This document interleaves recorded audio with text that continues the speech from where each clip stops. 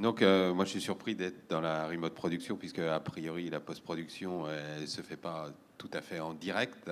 Mais bon, on est en fait devenu des points d'interconnexion. Donc, je suis Éric Blaireau, je représente la société Titra TVS et les studios de Saint-Ouen, qui sont des spécialistes en linguistique, en fait. Et par ce biais-là, par le biais des prestations techniques, de la dématérialisation, on en est arrivé à connecter différents acteurs lors d'attentes clients particulières. Donc l'historique, c'est un peu ça, c'est qu'on part d'un labo bande qui devient bande et fichier, qui passe ensuite tout fichier. Ça nous permet de maîtriser les premières technologies réseau, les watch folders. Ça nous permet ensuite de mettre des couches de workflow par là-dessus, donc d'enchaîner des tâches techniques les unes derrière les autres. Et c'est ça qui nous permet aujourd'hui, en fonction de l'attente du client, de monter des opérations comme celle que j'ai prise en exemple. En fait, donc là, c'est ce que j'appelle le data lab, donc c'est les opérations, les workflows. On devient vraiment collaboratif et on orchestre un certain nombre de prestations techniques les unes derrière les autres. Alors on va se prendre un exemple concret parce que c'est le plus facile. Ouais, non, c'est pas grave. Voilà. Donc on a un client qui est venu nous voir pour un show qui se déroule aux États-Unis. Euh, sur la chaîne NBC en chaque fin de soirée.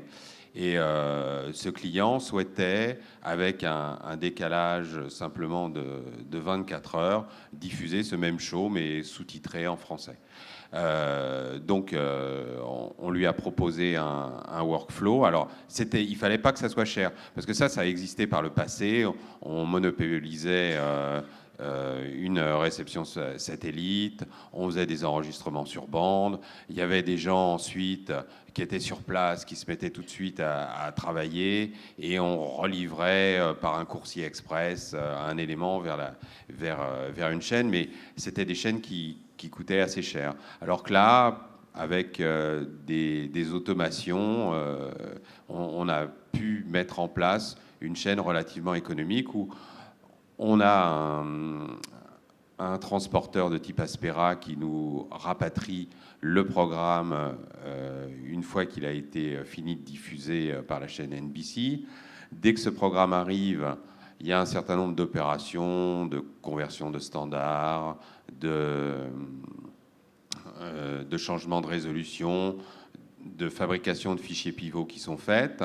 Aussitôt, on va envoyer au trafic système de la chaîne un email en lui disant voilà, le programme a été reçu, il fait telle durée, il aura tel nom, ce qui fait que le trafic système de la chaîne peut commencer à préparer le slot pour la diffusion du programme. Et juste après ça, il y a des fichiers proxy qui sont fabriqués et on envoie des emails à des adaptateurs qui sont répartis sur le territoire français, dont on a même un correspondant anglais qui est un référent qui se trouve à Londres, qui reçoit un email. Il télécharge avec cet email, il a un lien, il télécharge comme une sorte de WeTransfer, mais c'est un Fastpex, il est sécurisé. Il télécharge un petit fichier proxy, et là, la communauté des adaptateurs va pouvoir travailler et préparer son sous-titrage. Lorsqu'ils ont terminé, il y en a un sur ces adaptateurs qui est un peu le chef d'équipe. Ils dialoguent tous un petit peu entre eux via Internet. Et donc, il y en a un qui va renvoyer, encore par un lien tout bête qu'il a reçu dans un email, il va renvoyer juste le fichier de sous-titres. Et le fichier de sous-titres va redéclencher derrière un certain nombre d'opérations techniques élémentaires, des opérations d'incrustation. On va avoir un arrêt à un moment où on va faire un check manuel, un petit contrôle qualité pour voir si tout s'est bien passé, s'il n'y a pas de souci. Et derrière, ça va repartir. On va fabriquer exactement le fichier dont a besoin le diffuseur. Dans notre cas, c'est Arkena. Ça va passer par un transporteur SmartJog. Ça va arriver chez Arkena qui va, lui, relancer un certain nombre de tâches automatiques, de contrôle de fichiers automatiques, de mise en place de l'émission sur le serveur de diffusion et qui va pouvoir le diffuser quelques heures après. Et en parallèle, on va aussi fabriquer de nouveaux fichiers proxy du programme incrusté qui vont aller au service marketing de la chaîne. Voilà. Donc on sent aujourd'hui que de plus en plus de nos clients sont dans l'attente d'instantanéité entre la fin de la conception d'un produit et sa livraison à un diffuseur. Donc aujourd'hui, on a des sociétés de post-production qui finissent de faire leurs émissions, qui, grâce à ces petits liens qu'on leur donne, viennent nous télécharger le fichier dans nos installations. Et aussitôt, on va leur préparer, leur formater leur fichier d'un point de vue technique pour leur permettre d'alimenter tel ou tel diffuseur. Alors ça peut être simplement faire une bande, parce qu'il y a encore des diffuseurs qui demandent une bande, et que quand on est post-producteur aujourd'hui, on ne va pas louer un magnéto juste pour faire une sortie. Donc on livre son programme au labo, et le labo va se débrouiller pour sortir la bande PAD et livrer le diffuseur. Mais ça peut être aussi des fichiers plus complexes qui doivent arriver avec des métadonnées sur une plateforme particulière. Et donc dans ce cas-là, nous on se charge de cet ensemble. Voilà. Donc de plus en plus, un peu, c'est ce que j'explique dans le dernier slide, le but de nos sociétés, c'est de s'intégrer de plus en plus dans une chaîne complète qui va être des gens qui font de la captation, des gens qui font du montage, des gens qui font de la diffusion, des plateformes, et que chacun a son rôle, son workflow automatique, parce que l'automatisation est le seul moyen qu'on a trouvé pour gagner en productivité et donc proposer des tarifs moins élevés. Et là, on voit qu'il y a une convergence entre notre rôle de prestataire technique, les sociétés qui proposent aussi du logiciel en ligne, parce qu'elles aussi deviennent du coup nos compétiteurs par rapport à ça. Et voilà, bon, c'est le modèle qui se dessine, et il change beaucoup de choses. C'est vrai qu'il va changer aussi notre façon de concevoir aussi les installations, parce qu'on se pose beaucoup la question de est-ce que aujourd'hui ça reste encore une nécessité d'acheter nos propres équipements, ou est-ce qu'on doit plutôt s'appuyer sur des équipements qui sont dans des data centers? Et si ces équipements sont dans des data centers, les systèmes de facturation des data centers qui sont extrêmement performants aujourd'hui, qui sont capables de facturer aussi bien les bandes passantes consommées que le stockage, que le nombre de CPU utilisés, comment de cette facturation-là, on va pouvoir la répercuter sur nos clients? Là aussi, c'est tout un débat. Voilà ma vision de...